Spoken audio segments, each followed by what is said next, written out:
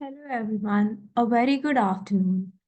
Dear authors and invited guests, welcome to Technical Session 6F. Myself, Richa Shah, and this session will be moderated by me. On behalf of the Global Knowledge Research Foundation and GR Scholastic LLP, it is my great pleasure to welcome you to the 9th International Conference on Information and Communication Technology for Competitive Strategies ICTCS 2024. The ninth edition of the conference is being organized in a hybrid mode. The physical event was held yesterday in Jaipur, India, and the virtual event is being held today through Zoom, that is on the 20th and 21st of December 2024. I hope you will enjoy the knowledgeable and interactive session through the day. In this session, we have 10 presentations. Each presenter will be given 8 minutes for the presentation and 2 minutes for question and answers. On 7 minutes, I'll raise a gentle reminder. There is another request to all the participants that you all stay connected with us till the closing remarks. If you have any query or update, then you can write it to me in the chat box. Before we start this session, I'd like to introduce you all to our session chair. Dr. Chaya Jadhav. Ma'am is working as an associate professor at D.Y. Patil Institute of Technology, Pune, having a total of 26 years of teaching experience. She has more than 25 research papers published in international journals and conference. She also has 4 copyrights and 3 patents. She is working as subject chairman at SPPU, Pune, and she is also a PhD guide at Pune University. Welcome, ma'am. Thank you, Rishi. Now let's move on to the paper presentations. I'd like to call Ms. Malik for her paper titled AI-based stream analysis for career choice aptitude tests. Ma'am, please can you start with your presentation? Thank you.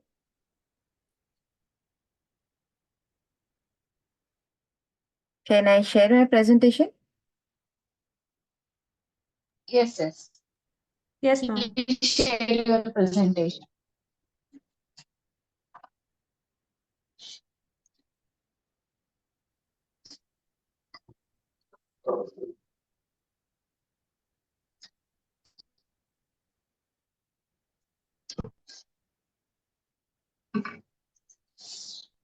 Can I start? Yes. Yes, ma'am, please start. Please Can you start see your my screen? presentation. Can you see my Yes. screen? Yeah, it's Yes, okay. yes. Good afternoon, respected dignitaries. I am Professor Zevanisa Malik, and I'm honored to speak at the 9th International Conference on ICTCS 2024. Today, I will talk about AI-based stream analysis for career choice aptitude test. This topic focus on solving a big challenge in education, giving students personalized and effective career guidance. So I'm starting my presentation. In my presentation, the first slide is, this is the outline of my presentation. Just a minute, yeah. This is the outline, introduction, background and motivation, problem statement, methodology, features of the model, result and analysis, future scope, challenges, conclusion, references. See, in this, the challenge of career selection. Now, choosing a career or educational path is a very important decision for students, especially during big changes like moving from high school to college. However, this can be confusing process. Students often make choices and then regret later. Students often make choices like they used to do the manual traditional methods, don't focus on actually the traditional method don't focus on each student's unique skill and interest. This is where AI can help. So by analyzing data using psychological models and understanding personality traits, AI provides personalized guidance. It connects students' abilities with the right career options, offering clear and tailored recommendations. To do this model, the background of this model is a Rysek model. A Rysek theory is there, and that theory is integrated with this AI. So our actually approach is based on Holland Code framework. So Holland Code framework is a trusted model in career counseling, and that identifies six personality types: realistic, investigative, artistic, social, enterprising, and conventional. So this is the Rysek, the name Rysek is there. And this model helps match students' personalities with the right career path. And by using AI, we can analyze student response quickly and remove human bias, like making the process.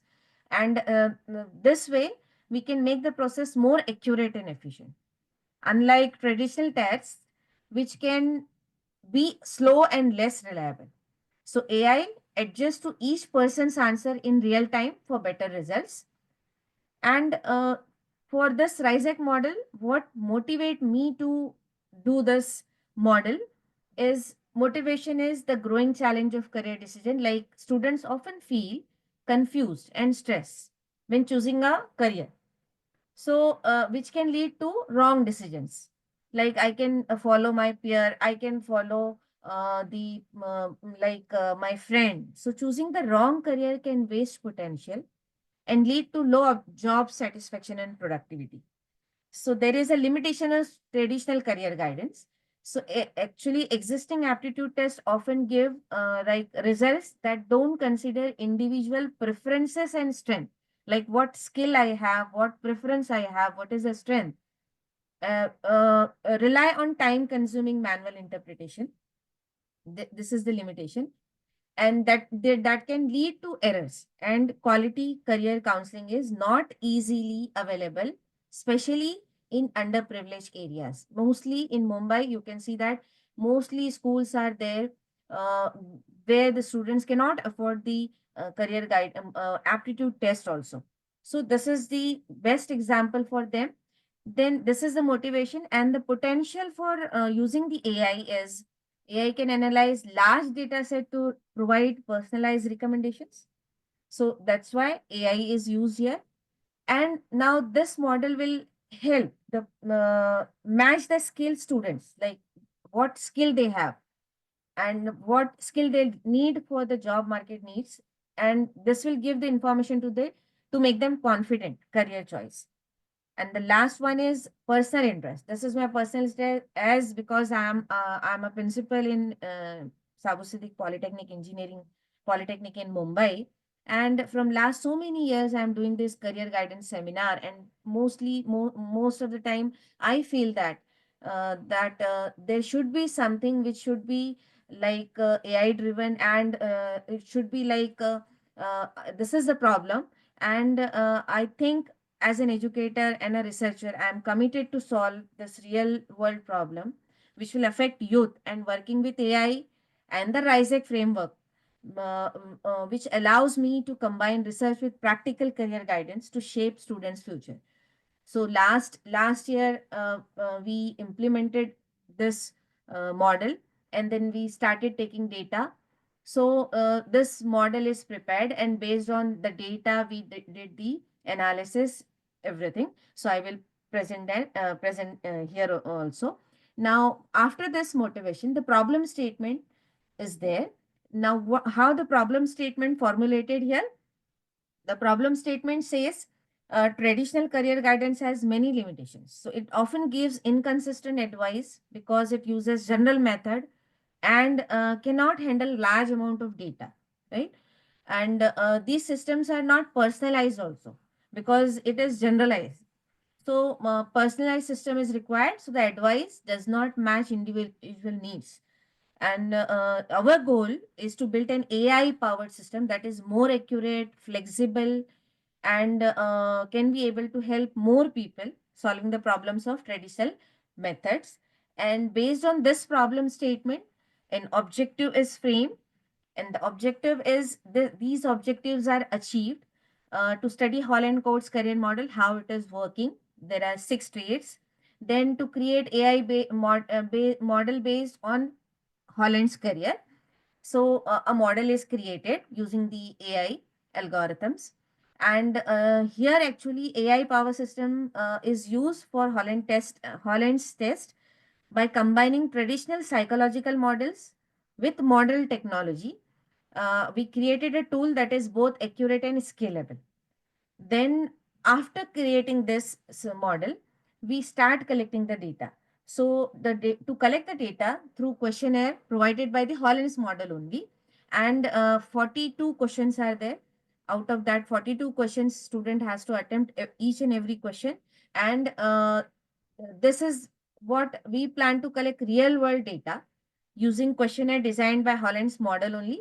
And this step actually ensures we gather authentic insight into individuals, preferences, and personality traits.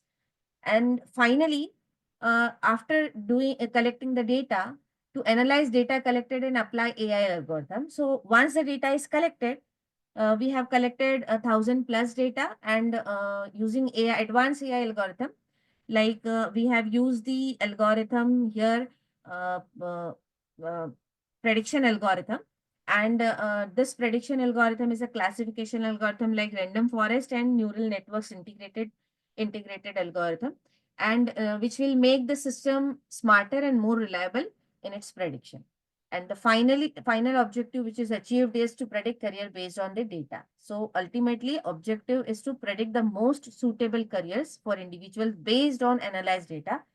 And this will empower students and also the job seekers. Excuse me, ma'am. Sorry to interrupt Yes. you, but Huh? ma'am, almost 8 minutes are over, so can you please Okay. wrap it up quickly? Yeah, yeah. Fine, fine. So here, my methodology is data collection, model application, pre-processing, recommendations. Features of AI model here, core functionalities, the data visualization tool and streaming guidelines. So result analysis is 1,000+ student tested, 40% improvement, 92% accuracy, 60% time saved. This is the result.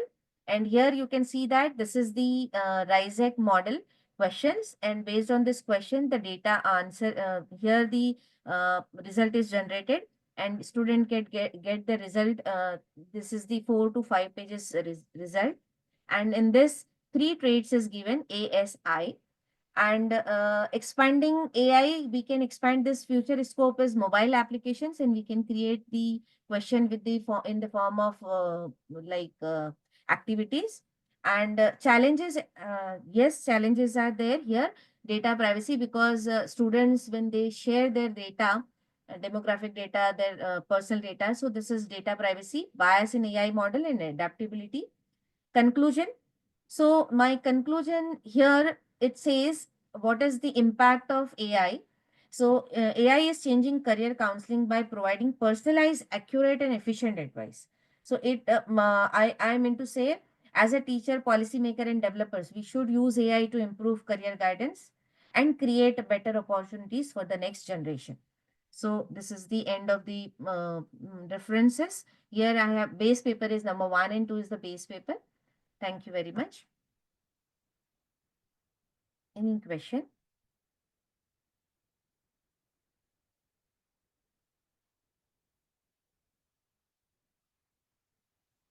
Hello, am I audible? Yes, ma'am. Uh, the session chair, Chai ma'am, do you have any Yes, questions? yes. Just I want to ask one question. Mhm. This system you are discussed is for which age group? It is for 10th standard, like Age. 13 to 15 years age. Okay, means 15 means after completing 10th standard, they will 10th choose standard, their yes. career like that. After Yes, 10th standard. Okay. after 10. Okay. Another question is that here some system is are there have some aptitude questionnaire they provide, some institutes are there, and depending upon their reply, the guide us, to choose path like that. So such systems are available. Then how again it is different than See, that system is also systems. available, but it is not AI based system, and it is not scalable also. And the accuracy is important because it is iterative model training and feature engineering is there. So this is very different than which is available.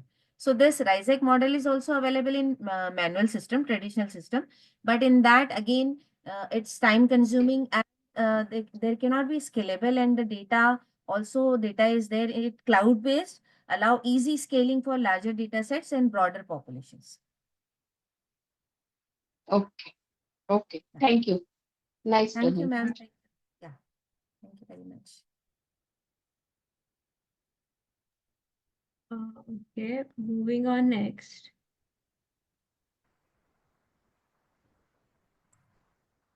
I'd like to call Mr. Vijendra Sahu, sir, for his paper titled AI in Finance, Predictive Analytics and Risk Management. Sir, can you please start with your presentation?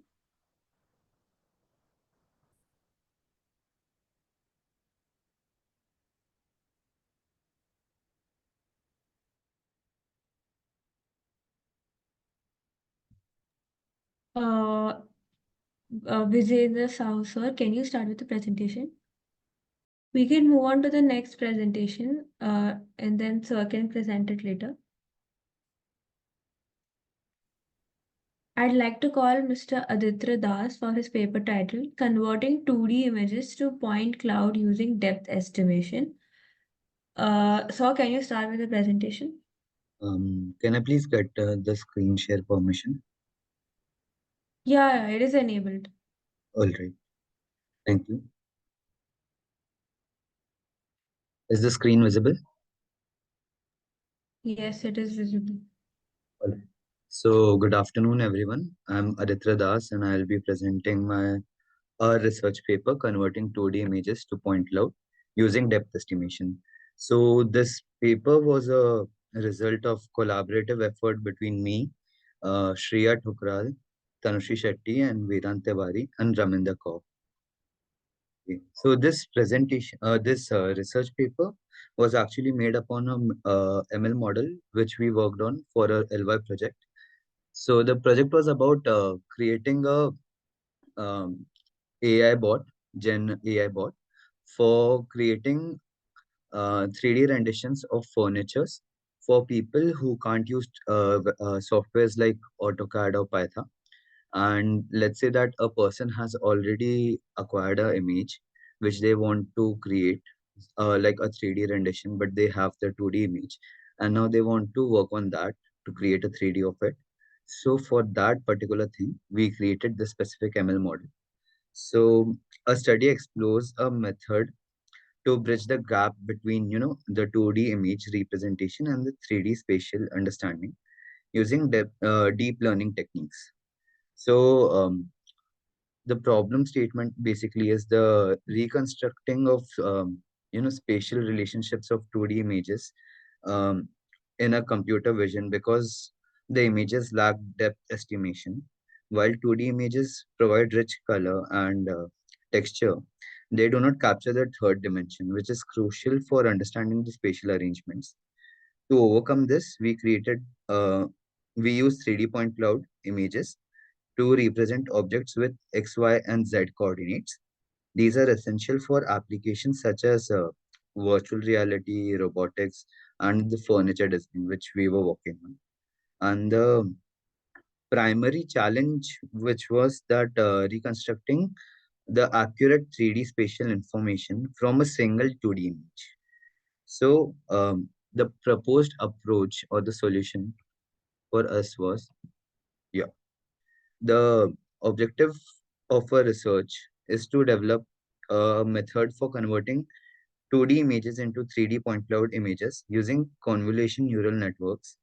A methodology involved predicting depth maps for each pixel in a 2D image.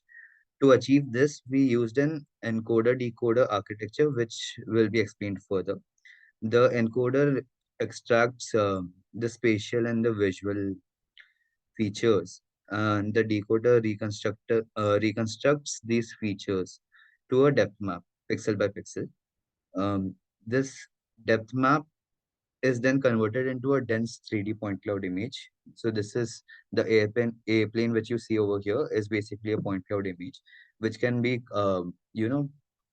imported into any CAD service web or software where you can work on that later on. And then this approach offers two advantages. First of all is the precision, particularly for applications like furniture design, where you need to have the accurate measurements for your furniture. And and the second is basically that it is more efficient computationally than existing methods. So we start with the data collection and preparation, for which we used NYU Depth V2 dataset, which had outdoor images as well as indoor images. So we particularly focused on indoor images with RGB images and corresponding depth maps. And we also added images by ourselves. We clicked images, and we also imported PNG files from websites and created depth maps for that and put into the dataset. Then comes the pre-processing, where we resize the image into 256 by 256 pixels. And also we split the dataset into 80% for training and 20% for validation and testing to evaluate a model's performance. Data cleaning was another important step. We eliminated noisy and redundant images, such as blurriness and poor resolutions, to maintain high quality input for training the images. Then comes the augmentation and data cleaning. So basically, data augmentation was a critical component for our approach, as it helped improve the model's generalization to unseen data.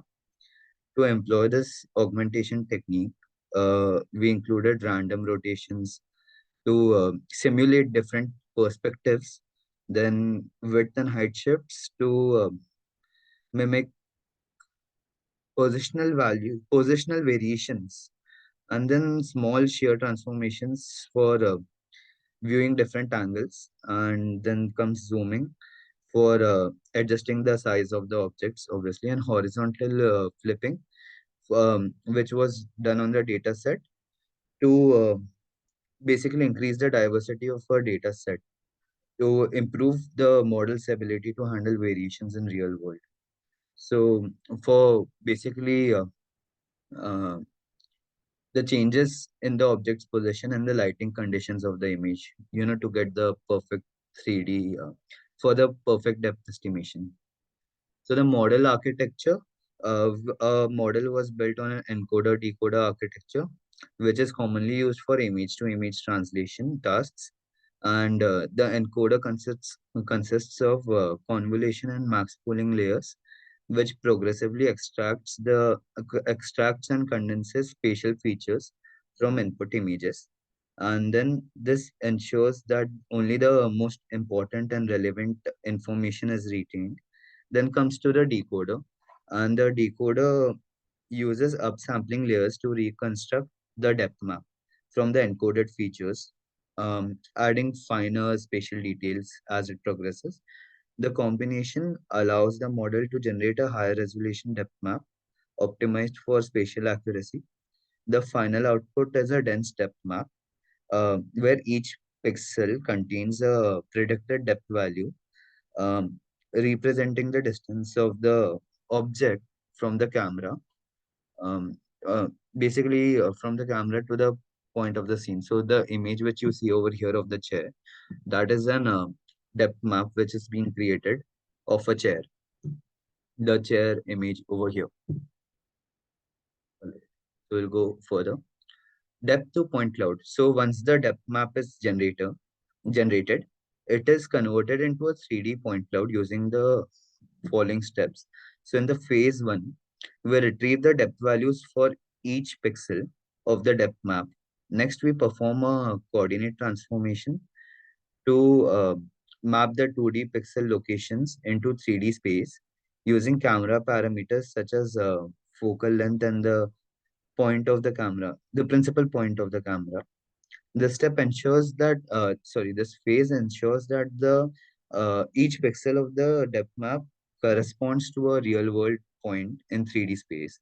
And finally, in the phase three, we visualize and refine the point cloud using Open3D, which is a library specifically designed for 3D data processing. This library helps eliminating the outliers and ensures a smooth and accurate 3D representation. Then comes then we come to the result and analysis. On the left side, you see an image that is again a chair, which is created into a point cloud image over here.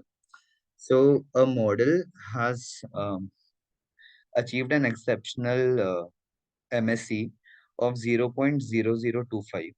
This is a significant improvement over the baseline model, which is already existing with an MSC of 0.085. So it excelled in preserving the fine details such as object boundaries and effectively handling uh, occlusions which commonly occur in indoor scenes. These demonstrate the model's potential for various applications, including AI, sorry, using AR, robotics, 3D modeling. By providing precise and accurate depth map, our model can help improve spatial understanding and interaction in these domains. So over here, the table which you see, this is basically the two baseline paper VGG16 and ResNet 50, and the custom architecture which we have created is giving approximately an 87% accuracy in the indoors, and the VGG16 which you see over here is giving you an accuracy of 87%, but that is on outdoor images. We particularly focused on the indoor images because we were working with the furnitures. So yeah, and then comes to the future work. So while a model has shown great promise, there's still room for certain improvements. One area where we aim to explore is a multi-scale depth prediction, which can capture finer details and improve accuracy for smaller objects, like specifically for chairs and tables. It is working pretty well. But let's say that we take smaller objects like a table lamp or something else, or any small decorative items in a house. So for that, we have to work more on that. And then another is that we also plan to incorporate advanced data augmentation techniques to handle a wider variety of lighting conditions in environmental scenarios, so that you can input any image and you get a a perfect 3D point cloud. Sir, can you please wrap up? Yeah, yeah. Just two more points. So additionally, integrating the stereo vision could enhance the depth estimation by combining the information from multiple viewpoints. And finally, we aim to optimize the model for real-time applications, making it suitable for deployment on mobile and embedded systems. Because as for now, it's working only on computers with high GPU. Thank you. If you all have any questions, please.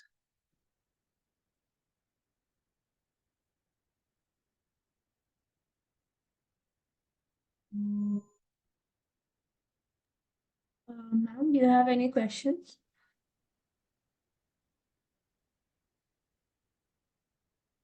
Mm, I guess no questions. So we can maybe move on to the next presentation.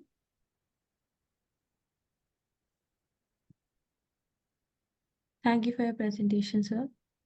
Thank you. Next, I'd like to call Mr. Parth Kulkarni for his paper titled Enhancing Smart Vision Glasses with Multimodal Language Models, a voice-guided approach. So please, can you start with your presentation? Yes, just 2 minutes. Hello. Yes, sir, you can start.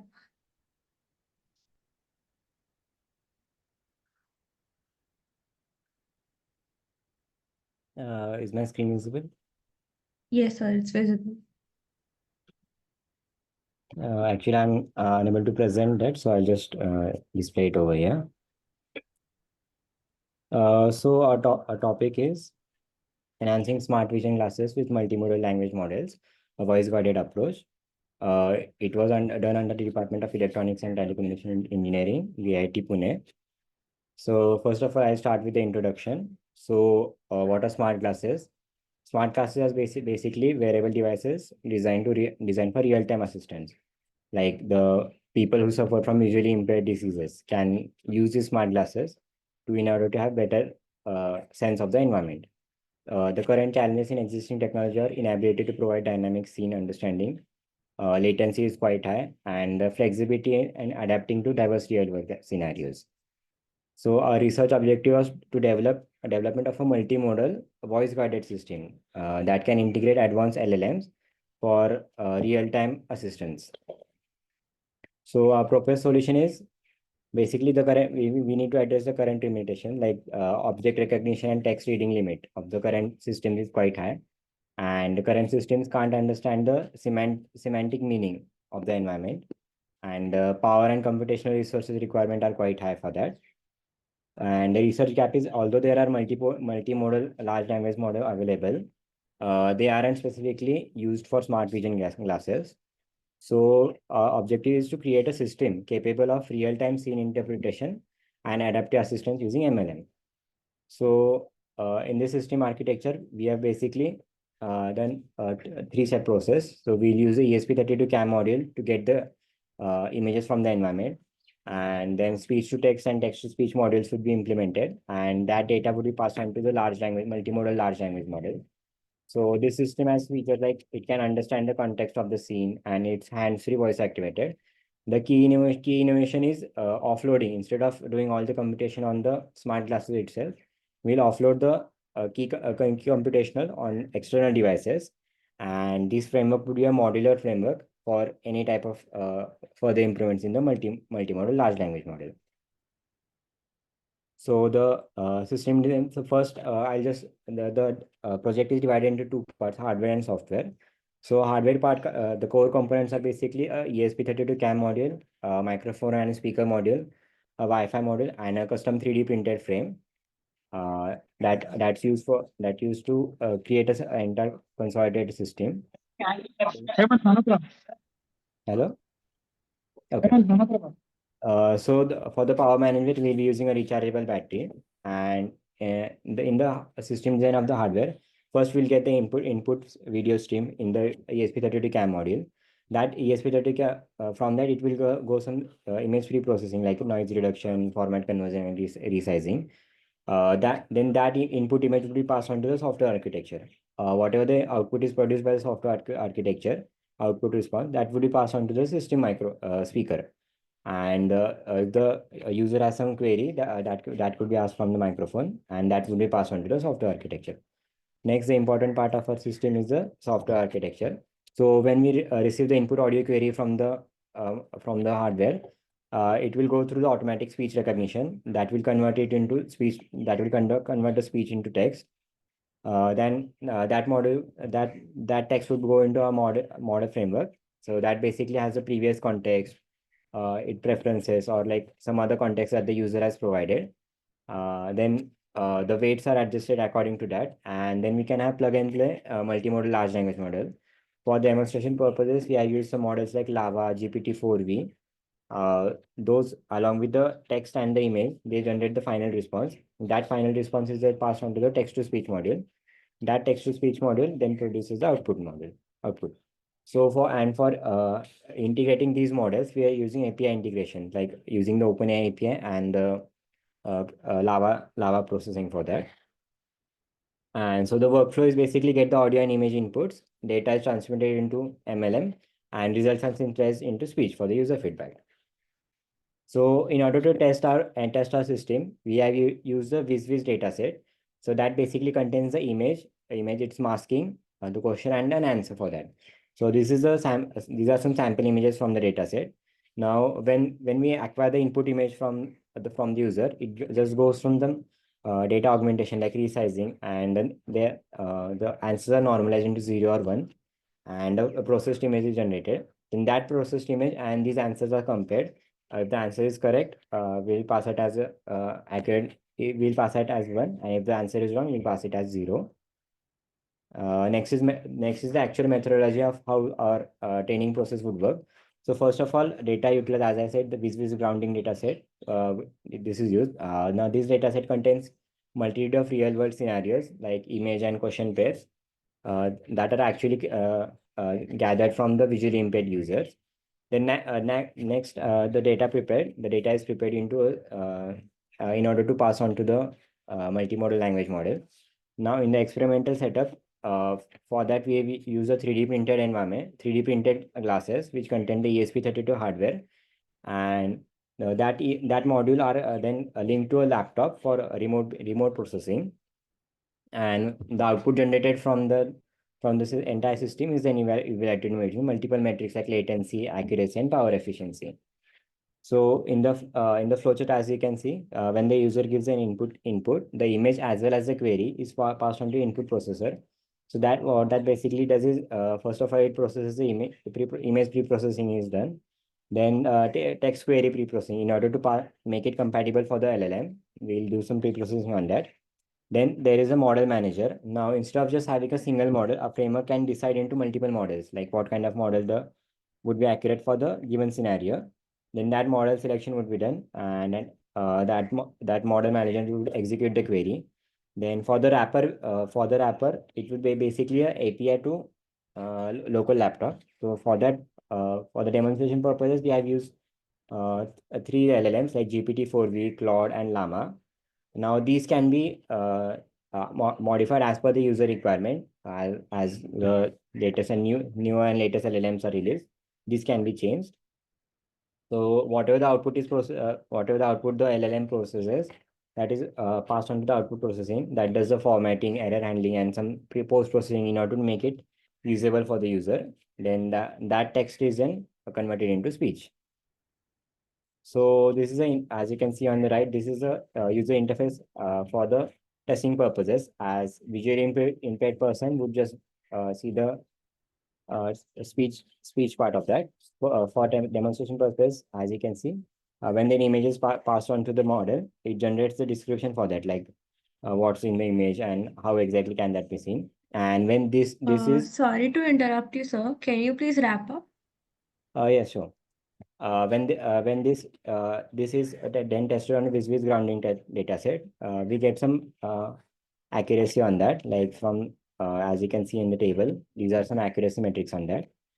So next metric that we use for latency, like for using latency for each type of model, like we have Lava that would be running locally on the computer, GPT-4V, and cloud. As you can see on the screen, these are some latency metrics for that. And the last result metric is power consumption, like the local models use a greater amount of power consumption as compared to the API, that APIs which are handled by the remote services. And these are some references for the research paper. And that's it. Thank you. Any questions? Is it implemented 100%? Implementation is done 100%? No, not exactly 100%. This is just a framework. This is not an end-to-end system. Like the end user can't use this. This is just a framework that further can be enhanced as per the user requirement.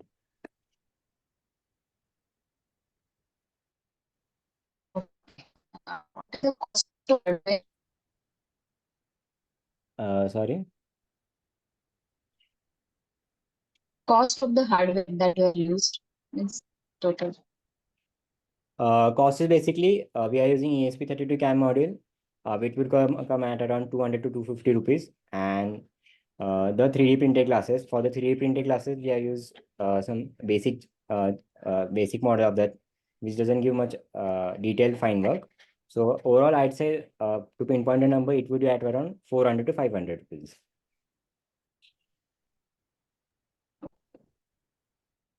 Thank you. Okay. Thank you for your presentation, sir. Okay.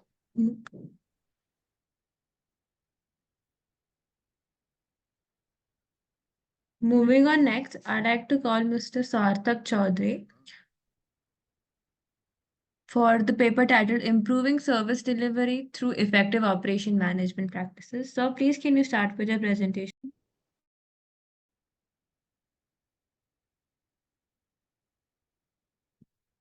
Till that time, we can move on to the next presentation. I'd like to call Mr. Arvind Nole for the paper titled Metamorphosis of Photorealistic Images to Pencil Sketched Using a Hybrid GAN VAE Architecture.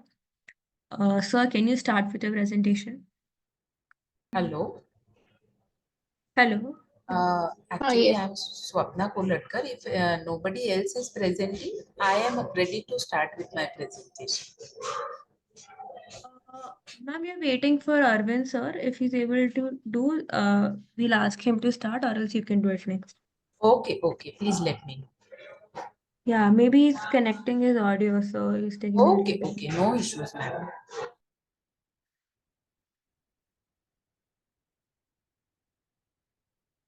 He's taking some time.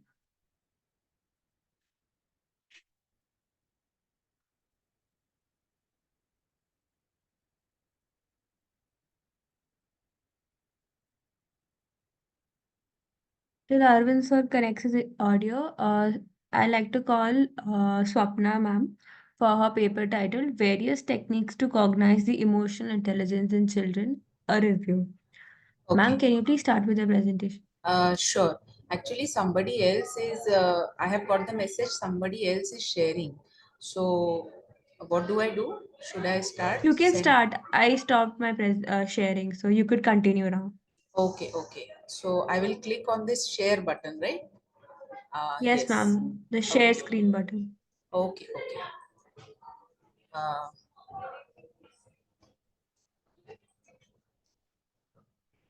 I'll just share the PPT. Is it visible now? Yes, ma'am. But the PPT isn't visible. Your screen is visible too. Oh, my screen is visible, is it? Yeah. Now is the PPT visible? Actually, No. I am more used to Google Meet and I am unable to find this share tab button. Uh, Uh, can you help me out, please? Ma'am, when you switch on the share screen button, you'll get an option to select from which screen you want to go. Like if you select on the PowerPoint presentation one, your respective PPT would start. So maybe you could go with that option. So I am right now on my Google, Gmail related slide and I am unable to see this PPT Ma'am, you related. can do a thing. You can send your PPT to me. I'll present it for you. You could Oh, that use would your be audio and great. speak. That would be great. You can send it on the chat. I can send it on the chat. Hmm. Sorry.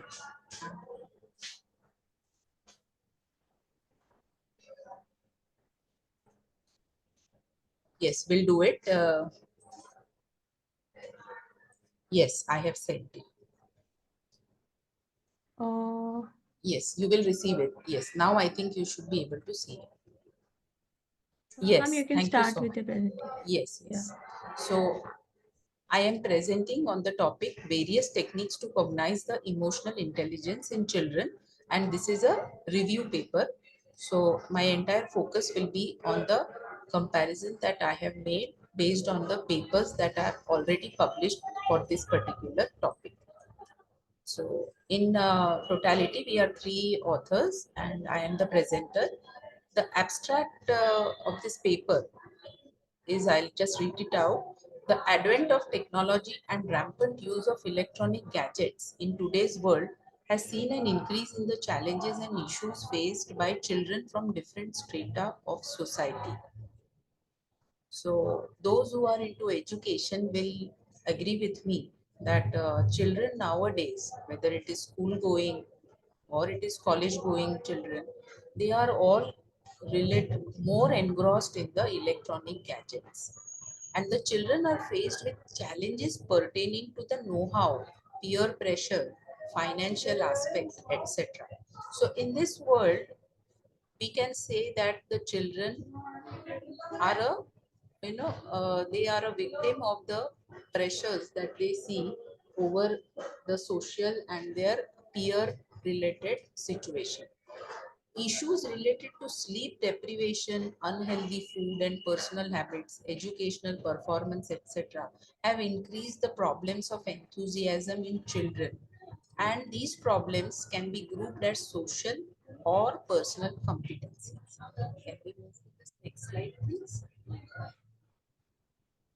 Yes. So our work is more related to the emotional intelligence involving the recognition, understanding, and managing the emotions, both our own and others. So this is the definition of emotional intelligence also, and very few people are, we can say that, in tune with the understanding of emotional intelligence, or they display the emotional intelligence in a very limited way, the current generation being more prone to the use of gadgets. It plays an important role in children's social skills, emotional well-being, and overall development. Research shows that AI is linked to better leadership, job performance, and mental health. In summary, emotional intelligence is crucial for personal growth, social interaction, and success. So this is overall emotional intelligence. We can go to the next slide. And there are various approaches to understanding the emotional intelligence.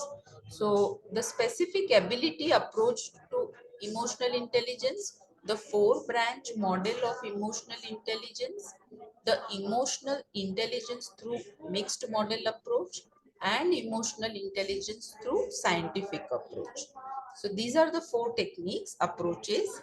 Now we will go to the next, and we can see a diagram how emotional intelligence recognition through audio visual, peripheries, physiological, and central nervous system can be taken up. So for audio visual, we have the face emotion recognition or voice emotion recognition. For periphery, we can have respiration and pulse or electrocardiogram. For the central, we have electroencephalographs, then we have electrocorticography and functional magnetic resonance imaging. So there are scientific approaches, and there are some approaches which can be, simply felt, like audio visual and the periphery. So if you are perspiring too much, even if you are not exercising or physically active, it means there is some turmoil going on and you are under stress. So these activities, or these are the scientific approaches that we have identified in our review, going through the various papers. We can go to the next slide, please. And in our literature review process, we identified a few things. I will just like to brief about it. The recent studies highlight challenges faced by today's youth, with emotional intelligence emerging as a tool for addressing these issues. AI helps identify and understand children's emotions such as happiness, fear, anger, and sadness, enabling effective psychological interventions. Various scientific methods, including EEG, the ones which have been described in the previous diagram, and machine learning are used to assess emotions and predict behaviors. Research has explored the relationship between personality traits and brain activity in children, with studies using EEG to understand how emotions correlate with cognitive patterns. Some studies also focus on analyzing text dialogues in educational settings to predict emotional states such as confusion or frustration. We also found a few other. Yes, you can move ahead. The technological approaches in emotion recognition utilize multiple modalities, including facial and expressions, speech, and brain signals. For instance, systems combining audio segmentation, speaker tracking, and deep learning show high accuracy in detecting emotional states in children.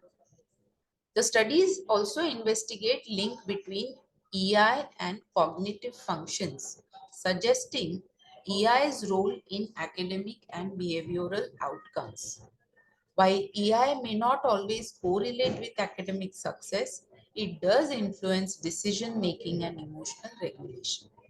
So for a personality to be more stable and more confident, you do require the EI aspect into consideration. Innovative tools like facial displays aim to help children, including those with autism, improve their emotional understanding. In summary, integrating emotional recognition technology and EI research provides valuable insight into children's emotional and cognitive development. We can move to the next slide, please. So in our study we studied in all 32 papers, and during our study we did find 4 data sets or databases that are used for studying the emotional intelligence. The deep data set contains total 32 samples, that means results pertaining to 32 children. Interface data set has 122, PhysioNet 109, BCI competition 4 has 20. Next, please. The various techniques or methods used to study emotional intelligence. So we have identified 4 such techniques or methods. The 4 methods being linear discriminant analysis, support vector machines, fuzzy integral fusion, and filter bank common spatial pattern algorithm. All these 4 techniques have got a success ratio or rate or percentage more than 69%, or sorry, 66%. The highest being fuzzy integral fusion, which may prove to be a better method or technique for such a work. Next, please. So this is being a review paper. We have identified the above mentioned situations, the diagram, and in conclusion, I would like to state the challenges faced by today's youth are well documented, and emotional intelligence has emerged as an essential tool to address these issues. EI does provide a systematic approach for identifying, analyzing, and understanding children's emotional concerns. A key focus is on recognizing 6 fundamental emotions, that is happiness, surprise, disgust, fear, anger, and sadness. Researchers use various scientific methods, including the Trait Emotional Intelligence Questionnaire for the child, audiovisual signal analysis, physiological signal monitoring, and notably the electroencephalogram EEG data to assess the emotional states. By combining EI assessment with EEG-based emotion recognition, we gain valuable insights into the emotional needs of children, supporting their psychological well-being and development. So this is where I complete my entire presentation.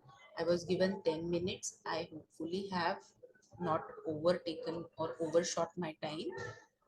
In case there are any questions, or you can move on to the next presentation. Ma'am, any questions? Sarah? Huh. Uh, for implementation of this, so what algorithms you have used? We have used the various techniques as mentioned in my work, and in that I will just recall the techniques that are used are the 4 techniques: linear discriminant analysis, support vector, fuzzy integral, and filter bank common spatial pattern algorithm. So we have identified these techniques in our study of the 32 papers that we have taken for reference for the review purpose. Okay. Thank you, madam. Okay. Thank you for the presentation, ma'am. Okay. I'd like to call Mr. Arvind Nooli. Sir, can you present your start with your presentation? Can I leave the meet, or is there any? Ma'am, please stay till all the presentations get over. Okay. Okay. Thank you.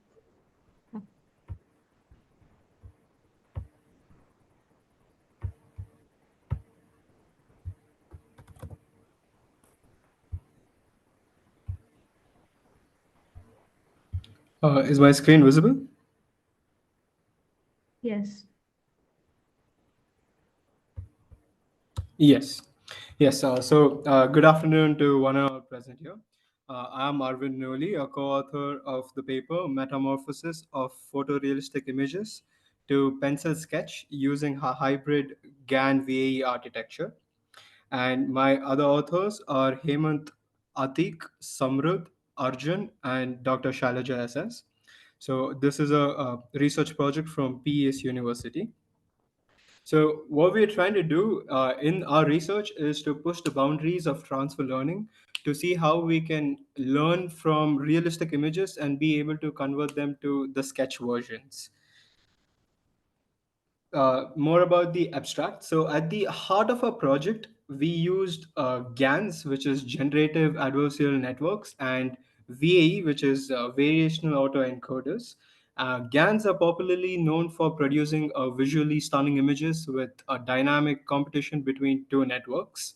And often they also have some limitations, like in the training stability. And on the other side, variational autoencoders are elegant and they learn the structured latent spaces and are able to produce good learnings. So our idea was to combine the pros of a GAN and a VE and make a hybrid architecture which can use both the strength of VE and GANs. So our paper and research demonstrates superior performance in style transfer compared to standalone GANs and VAEs on benchmark datasets. So about our data set, we use the CUHK face sketch database, which is from Hong Kong University. And over here, they have 123 faces, of which they have the original image of the person and the sketch version of the same. I will show the data sets in the coming slides. So the approaches that we tried were we implemented a normal GAN, a normal VE. So how does a normal GAN work? We have the real images, which are then sent into a sample size, and the embeddings are taken, and they are fed to a discriminator. And we also have a random input, which is fed through a generator, which gets its own latent space and fed to the discriminator.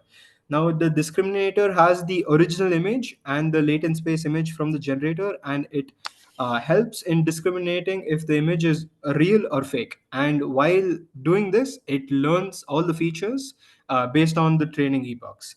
And we also have the generator loss and discriminator loss that we are trying to reduce in order to get the most, the model is most optimal when the discriminator cannot discriminate between the real and fake at all.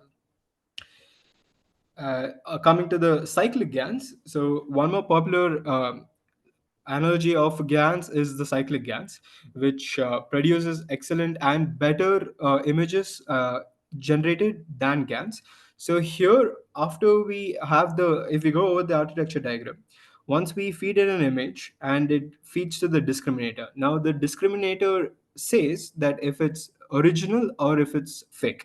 And this learning is fed back to the generator on multiple events. So this is like a loop that runs, and at the end it comes out to a final discriminator which says that if it's real or fake. So here it goes on learning again and again based on the generator and the discriminator. So that's why we can see two generators and discriminator here, so thus producing better results as the learning is doubled. Coming to the autoencoders, the autoencoders are a much simpler architecture where we have the input and we are fed to a latent space. The latent space holds all the information about the image, and then a discriminator which, based on the features, builds back the image. So in reality, autoencoders perform very well.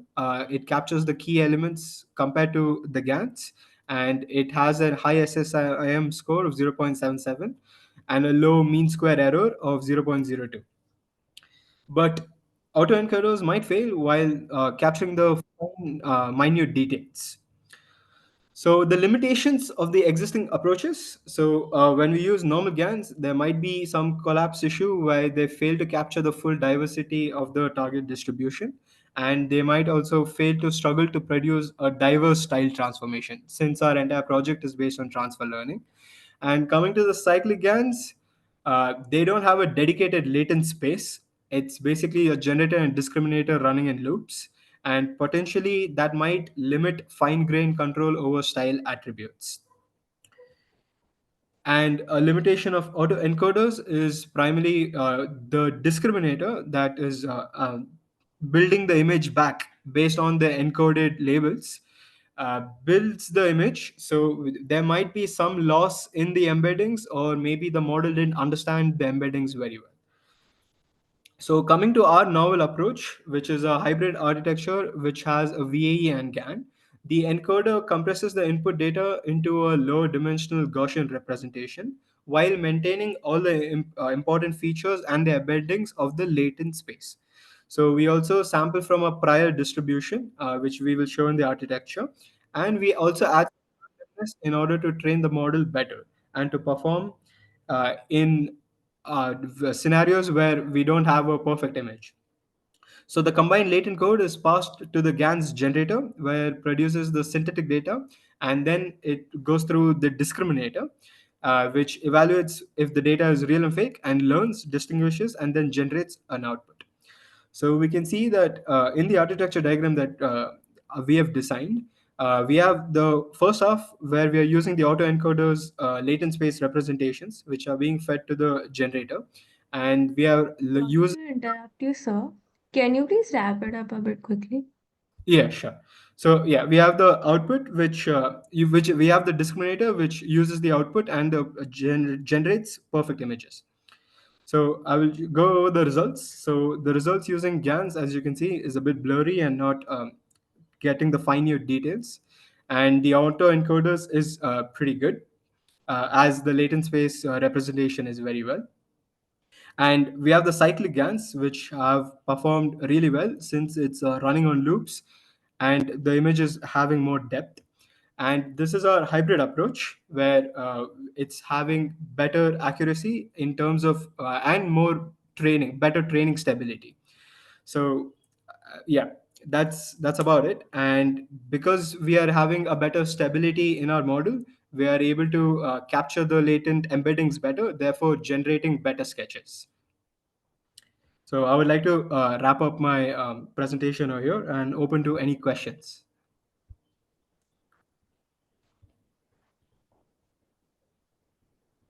Uh, the phase that you have chosen, the database that you have chosen, you have used only one database or you have worked on a different databases?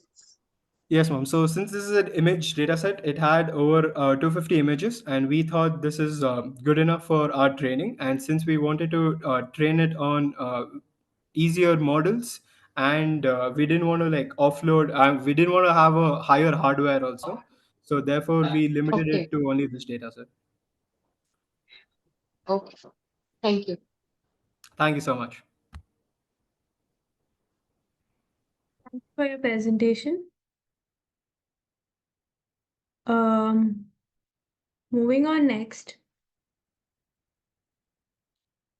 I'd like to call Mr. Harsh Mahadik for his paper titled Real-Time Fraud Detection and Stable Coin Deviation Trends. So please can you start with the presentation?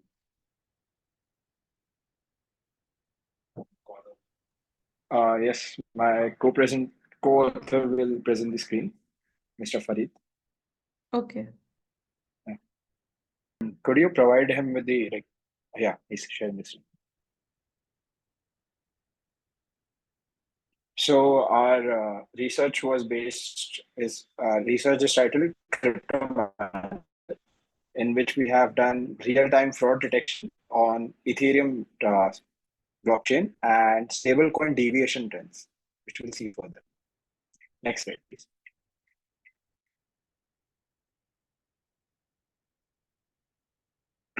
So the application of our research has been basically in two areas: stablecoin analysis and Ethereum fraud detection. In the stablecoin analysis, we analyze price volatility and we correlate it with other stablecoins. In the Ethereum fraud detection, we identify fraudulent blockchain transactions. Next slide.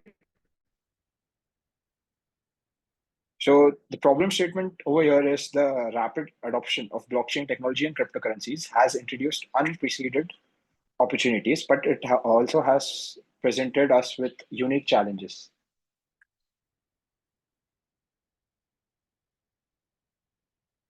So the problem statement for the Ethereum fraud detection is basically in the Ethereum, since Ethereum is a decentralized blockchain, it is very susceptible to fraudulent transactions.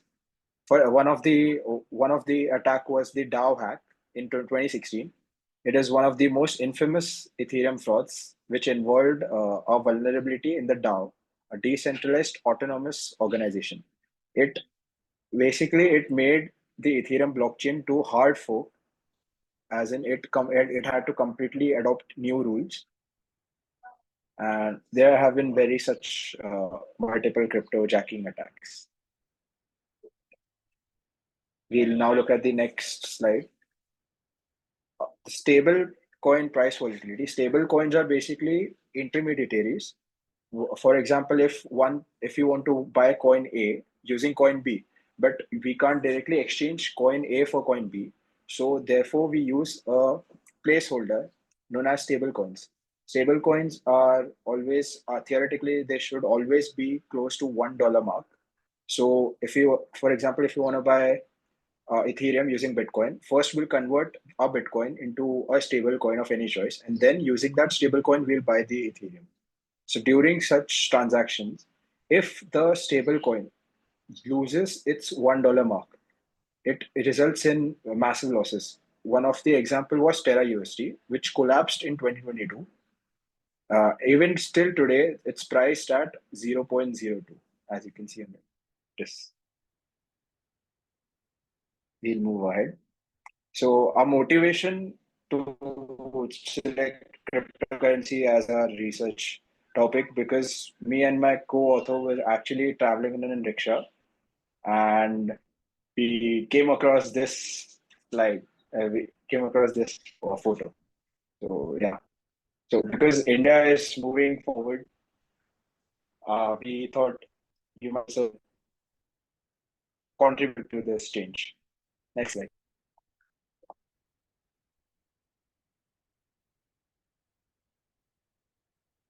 So literature review, the fraud detection in cryptocurrencies, many graph-based methods have been already used, already been tried and tested, but we went onto a different route. We used ADA boost and other boosting models for this. And for the stablecoin price prediction, early methods were which relied on ARIMA and JRCH Garth models for forecasting of the price, struggled with the dynamic nature of the cryptocurrencies. But in our research, to tackle this, we have used the XGBoost model. Next slide. So the challenges of working with crypto data, there are two major challenges. First was the data quality and the structure. The decentralized and anonymous nature of the blockchain makes it very difficult to collect the data. Next is feature engineering, extracting meaningful features such as transaction frequency and volume is very crucial. And as you can see, as you all know, crypto market is highly volatile. So that also poses a real challenge. Next slide. So now we'll see step by step how our research went. So first, we started with collection of data. We then pre-processed it because the classes were imbalanced. Next, we handled missing values. After which we performed EDA, exploratory data analysis. Finally, we did feature engineering, extracted valuable features. Then we trained our model. We trained multiple models and selected the model which worked best. After which we also did hyperparameter tuning using grid search. Next slide.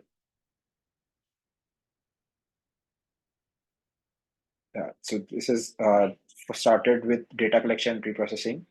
The data set consisted of around 22 to 23 columns or attributes, which is directly available on Kaggle.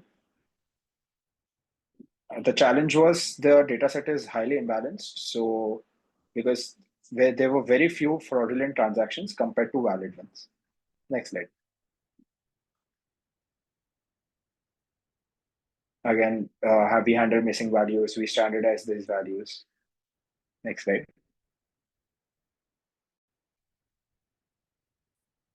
Next were feature engineering. Feature engineering played an important role because without good features, the prediction would have been very bad. So we applied SMOT analysis, synthetic minority oversampling technique, to balance fraudulent and non-fraudulent transactions. We also dropped highly correlated features because they didn't contribute to it. On the next slide, we'll see the covariance matrix. Next slide. Yep. As you can see, each feature are plotted against each other. Yep. Next slide.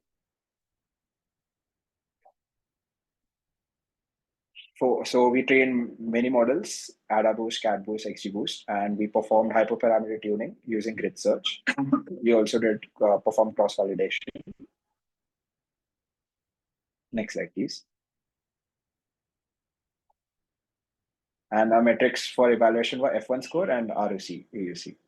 The AdaBoost model performed exceptionally well with an accuracy of 96.8%. But over here, we were actually surprised because of the high recall for the fraudulent transactions, which is essential, which we'll see on the next slide. So as you can see, it is not only a higher number, it has a high number of true positives, which indicates that the model successfully detected most fraudulent transactions and a low number of false negatives, which means few fraudulent transactions went undetected, which is critical, aka higher recall. Next slide, please. After which we also performed feature importances. We got top 10 feature importances for the AdaBoost model. These features align with common patterns for other fraudulent activities in cryptocurrency, such as time-based features. Excuse me, sir. Next Just is a gentle reminder that 8 minutes are over. Can you please wrap up? Oh, okay. We'll just go to the conclusion. Sorry. Sure. Yeah.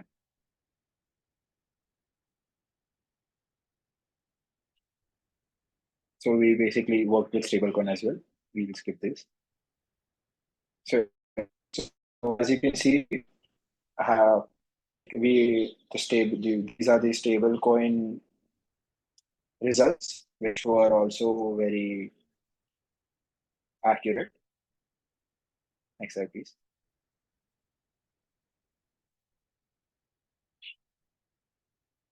Yep. We also correlated real-time events with the that during COVID period, the coins were highly unstable.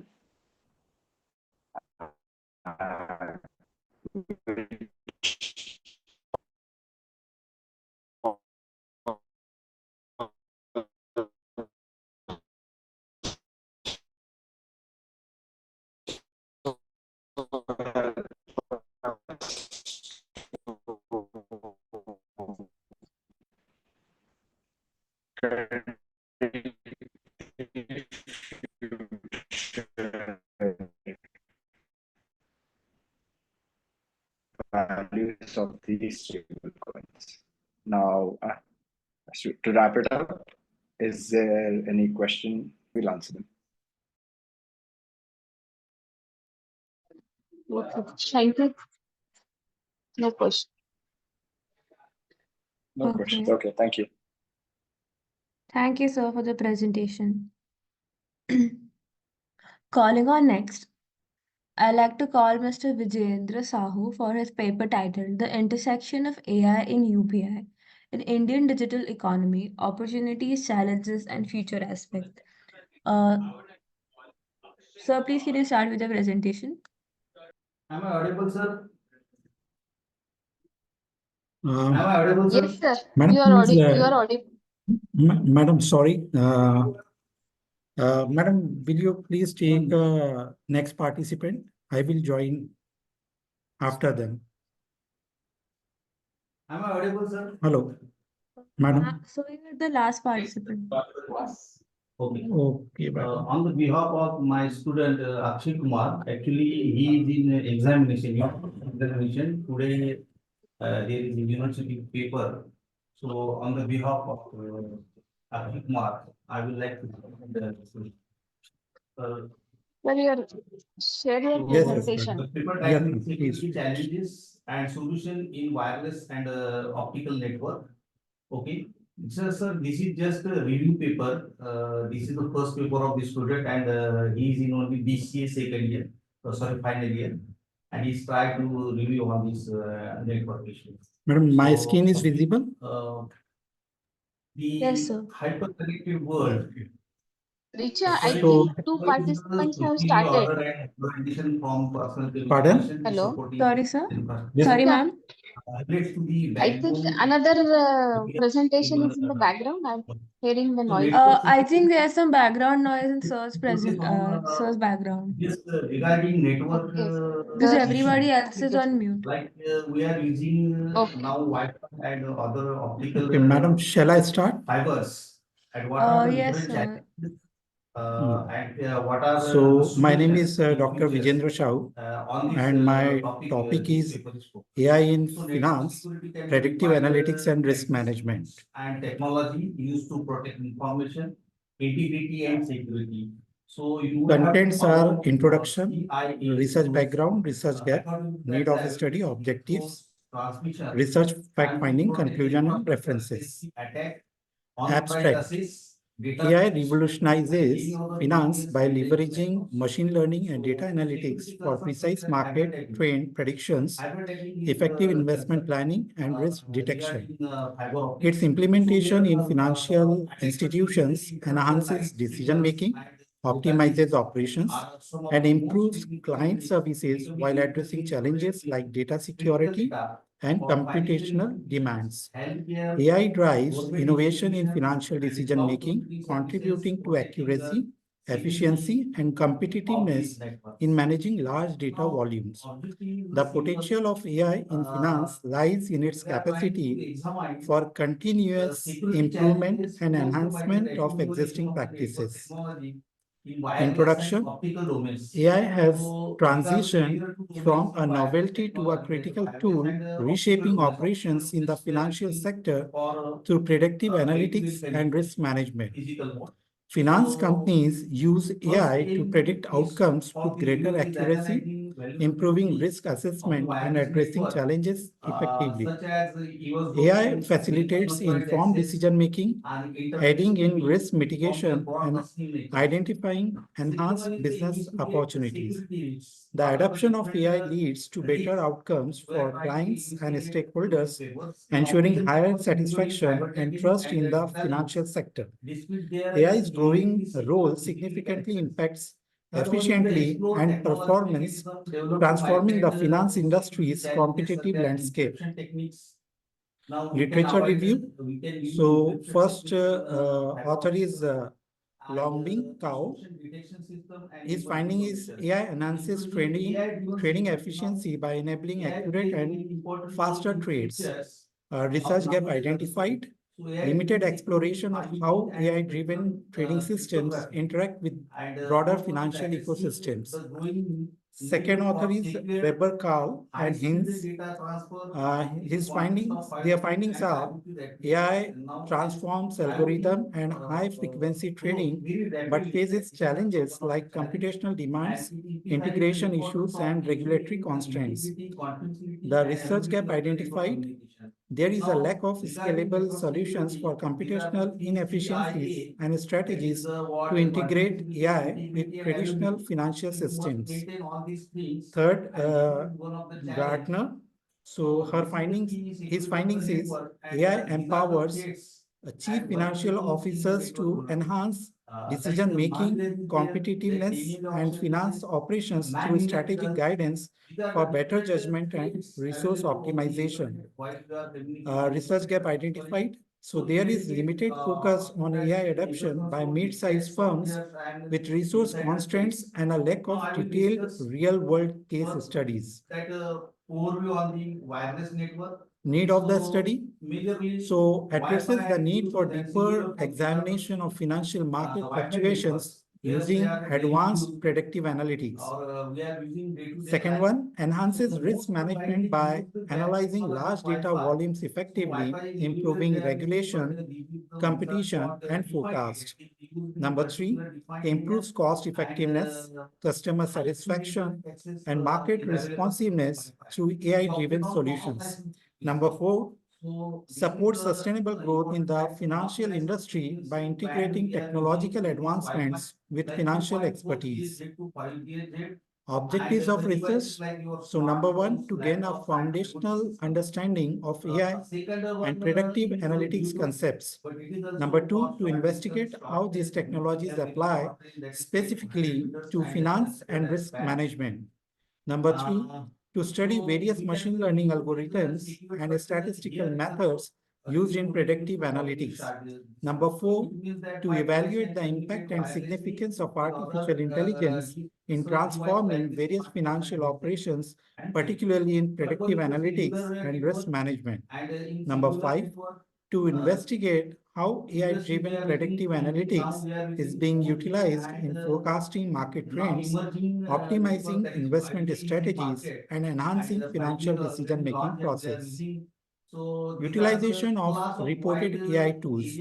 So various organizations have used or utilized the various tools.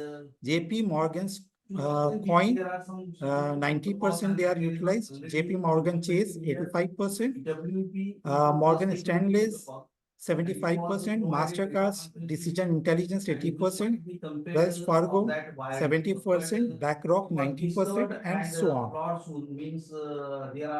Findings: AI enhances efficiency in financial process by enabling real-time data analysis and decision-making. Number two, predictive analytics powered by AI improves accuracy in market trend, forecast, and investment strategies. Number three, AI-driven tools like chatbots and robo-advisors improve customer service and personalization. Number four, risk management benefits significantly from AI with better fraud detection and credit risk assessment.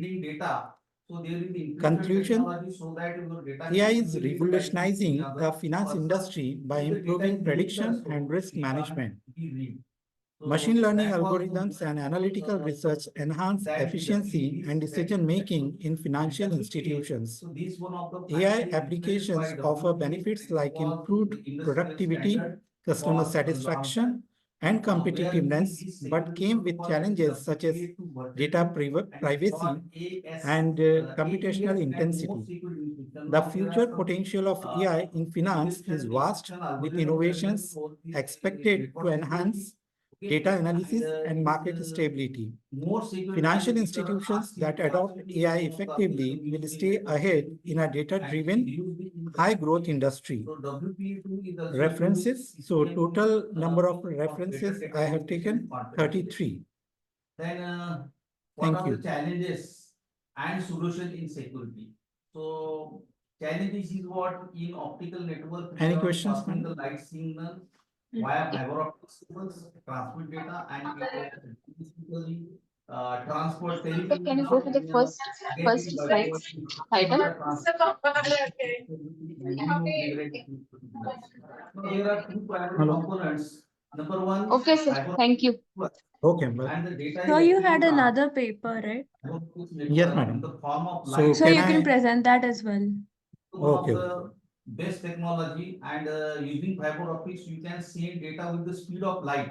I would like to inform that in speed of light and speed of light is. My second paper is the interaction of artificial intelligence in unified payments interface in Indian digital economy, opportunities, challenges, and future prospects. Sir, excuse me, share that paper. Share that Yes, presentation. sorry. Yeah. Network, optical network, and number two is the optical transport network. Now, optical transport network also, these are the layers above the build upon the fiber optical fibers, and they provide a basis for handling the routing of optical signals. They can multiplex many different types of. No, it is data. visible. Now, the multiplex is the or multiplexer is the property of this optical transport network, means No, sir. multiple can be sent Okay. in a So, single channel. In a single abstract. channel, we can send multiple signals. And it includes Sir, voice, The- video, Sir, and it share is the not second visible. presentation. optical channel in an efficient Pardon? You have My not shared screen- your presentation. Okay, Your ma'am. screen is Sorry. visible, but Yeah. it is the previous presentation. And now there are some solutions also. So fiber tapping and surveillance, fiber tapping is the most widely encountered security threat because attackers physically tap into the fiber optic cables. This is the one security issue. Then data integrity and confidentiality. So optical network carry large chunks of data, and integrity confidentiality of the data have become the top priority. Now, optical fibers are tabbed or physically compromised, and hence the risk of compromise toward the integrity and privacy. So the data can be modified or corrupted as it is passes through the network or stolen for the same miscellaneous. Now it is These are visible, the madam? some security issues. Now, You can stop your Visible. presentation and then again send me. encryption in I optical mean, start. network, among the most effective means of the security optical networks to the encryption. Okay, so encryption is the best technique Yes, sir. to avoid Now it is such type visible. of things. So the Yes, data transmitted to the optical Okay. network would be encrypted, and any information So, encrypted the title of by my the paper is authorized the intersection of artificial intelligence in unified Then payments these are interface the in Indian future digital threats. economy, Sorry opportunities, to challenges, interrupt, and sir, but this is the same paper. Network, it will change the telecom industry itself in many ways. And it will enable So this significantly is the higher previous only. latency and the capability to support millions of simultaneously connected devices. So this is the power of 5G network, and this will be open door for the smart city, autonomous vehicles, and a much more innovative Internet of Things application. I would think applications, okay? And the solution is what? At AI and machine learning. So AI and machine learning has the emergence in indefensible network security tools where the advanced techniques are used to identify and nullify the cyber threats. So this is the solution for all these challenges, that is the AI and ML, and the absolute volume of the data. Is it visible, madam, now? The modern network environment make it virtually impossible for So you're not presenting, I guess. real time and provide the adequate response. So AI and ML, on the other hand, offer solutions by recognizing Is it visible, madam, changes now? over time and adaptability. Sir. So active threat detection and even prediction of the potential future attacks. So these So were you can send it on the chat. I can sir, present it for a you if you conclusion. want. Okay, ma'am. Conclusion is that wireless as well as optical networks both have becoming the very crucial infrastructure of daily communications, and therefore it must be secure. Then there are scientific inheritance weakness of wireless networks, and that necessitate a constant innovation in the encryption, instruction detection, to ward off outspings and unauthorized access and DOS attack. Number three, optical networks appears more secure in other areas, but have issues regarding fiber tapping and data integrity. And all these really brings in the both new opportunity for 5G, IoT, and quantum technology, as well as the new challenges become future threats for security will be covered out by AI, machine learning, and quantum. Sir, are you able to present it? Large scale network Yes, madam. architecture, considering the fact Yes, please that wait. data safely has Okay. already been. Now, these are the references, sir, and thank you very much, sir. Thank you for the presentation, sir. Now it is visible, madam? No, sir, you are not presenting only, I guess. Okay. Okay, madam. Yes, sir. So if you're unable to join, you can send the PPT. We would present it for you. Yes, yes, madam. Yes. Now it is.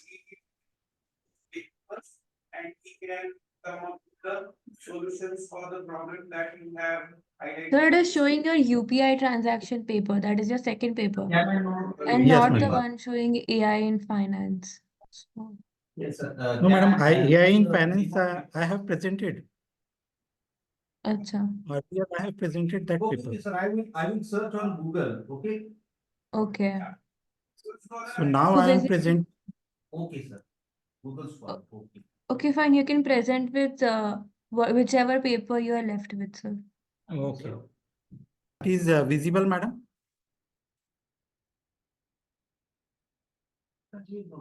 Madam, my paper is visible now?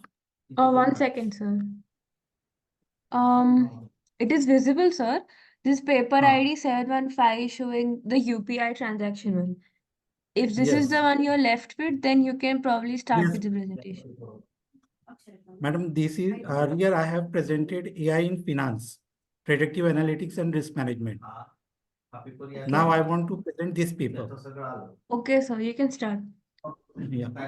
So the title of the paper is The Intersection of Artificial Intelligence in Unified Payment Interface in Indian Digital Economy, Opportunities, Challenges, and Future Prospects. So abstract, the rapid digitalization of India's economy is driven by UPI, a real-time payment system developed by NPCI, National Payment Corporations of India.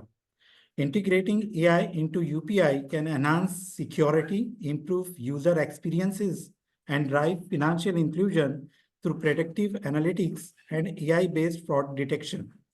Challenges in AI integration include data privacy concerns, ethical issues, and the need of robust regulatory frameworks. The study explores current AI applications in UPI, identifies opportunities, and suggests future prospects for AI-driven innovations in India's digital payment landscape. Addressing these challenges will enable India to leverage AI to revolutionize its digital economy and become a global leader in financial technology. Introduction. UPI is a real-time, user-friendly payment system developed by NPCI in 2016, enabling secure interbank transactions. UPI integrates multiple bank accounts into a single mobile app, allowing seamless fund transfers and merchant payments. UPI supports both peer-to-peer and peer-to-merchant payments, making it widely adopted by small businesses and merchants across India. UPI has revolutionized India's digital economy, processing over 10 billion transactions monthly as of 2024. The payment industry is entering Payments 4.0, where AI is poised to play a key role in reshaping financial systems. This paper explores how AI can enhance UPI's functionality while addressing integration challenges for improved efficiency, security, and personalization. Literature review. Author Zawavi. His findings is AI technologies like machine learning, natural language processing, and neural networks are enhancing the security, personalization, and user experience of digital payment systems globally, particularly in India. Research gap identified. So limited exploration of the integration challenges and scalability of AI technologies in UPI and other digital payment systems. Rameswar and others, their findings are UPI has revolutionized digital payments in India by offering real-time payment capabilities, interoperability, and user-friendly features that contribute to rapid adoption and financial inclusion. research gap identified. So lack of in-depth studies on how AI can further enhance the international interoperability of UPI and its global adoption. Lokesh and others. So their findings are AI and machine learning have become crucial in enhancing UPI security, especially in fraud detection by addressing challenges in real-time security monitoring. Research gap identified. So insufficient focus on the ethical consideration, data privacy, and regulatory frameworks surrounding AI's use in UPI security and financial inclusion. Need of the study to explore how AI enhances UPI efficiency, security, and scalability. Number two, to address challenges like fraud detection and transaction delays. Number three, to examine AI's role in improving user experience and financial inclusion. Number four, to strengthen the digital payment ecosystem in India. Objectives of research to analyze the integration of AI into the UPI system. Number two, to identify the opportunities and AI brings to UPI in the context of Indian digital economy. Number three, to recognize the challenges and ethical considerations of integrating AI with UPI. Number four, to suggest further directions for AI-driven innovations in the UPI system.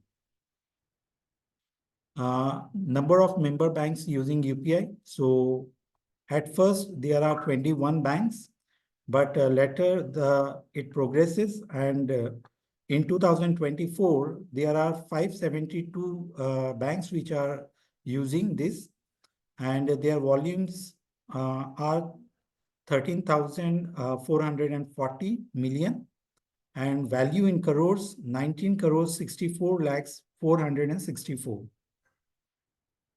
Findings: UPI revolutionizes digital payments in India with seamless real-time fund transfers. AI integration enhances UPI with predictive analytics, speed, and fraud detection. Combining AI and UPI boosts financial inclusion and transaction efficiency. Data privacy and ethical concerns are key challenges to address. Responsible AI can secure and advance India's digital payment ecosystem. Conclusion: the integration of AI with UPI enhances the efficiency, security, and user interface of digital transactions. AI is playing a crucial role in transforming UPI, making financial services more intelligent and sophisticated. This integration offers significant advancements in financial transactions, improving overall user experiences. UPI, empowered by AI, is paving the way for a more intelligent and advanced financial ecosystem in the 21st century. References. So we have taken a total number of references, 29. Thank you.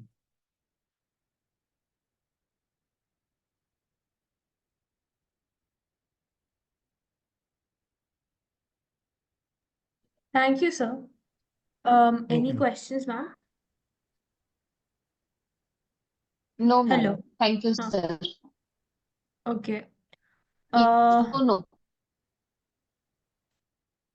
I sincerely thank our authors for their excellent presentations and contribution in this session, and all our participants for being a part of this international conference. I hope this session was informative enough. We, on behalf of the whole team, thank you for the support during the ninth version and all the previous 8 versions of this conference. We'll be happy to have you in the 10th version as well. All the presenters would be given their digital certificates via mail within 2 working days. Further, all the papers have already been forwarded to the Springer. The publication will be live in 6 months. Kindly cooperate with the team of ICTCS. I'd also like to thank our session chair, Chaya ma'am.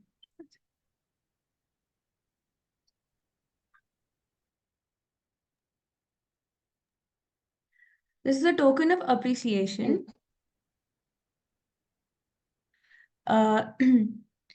This is a token of appreciation for chairing this session from the team of ICTCS 2024 and Global Knowledge Research Foundation and partners. Thank you, ma'am, for your valuable presence.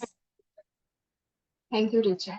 If you could have Now asked all the participants to switch on Yes, the ma'am. video so that we will have. Yeah, I request everyone to switch on your cameras for a quick snapshot.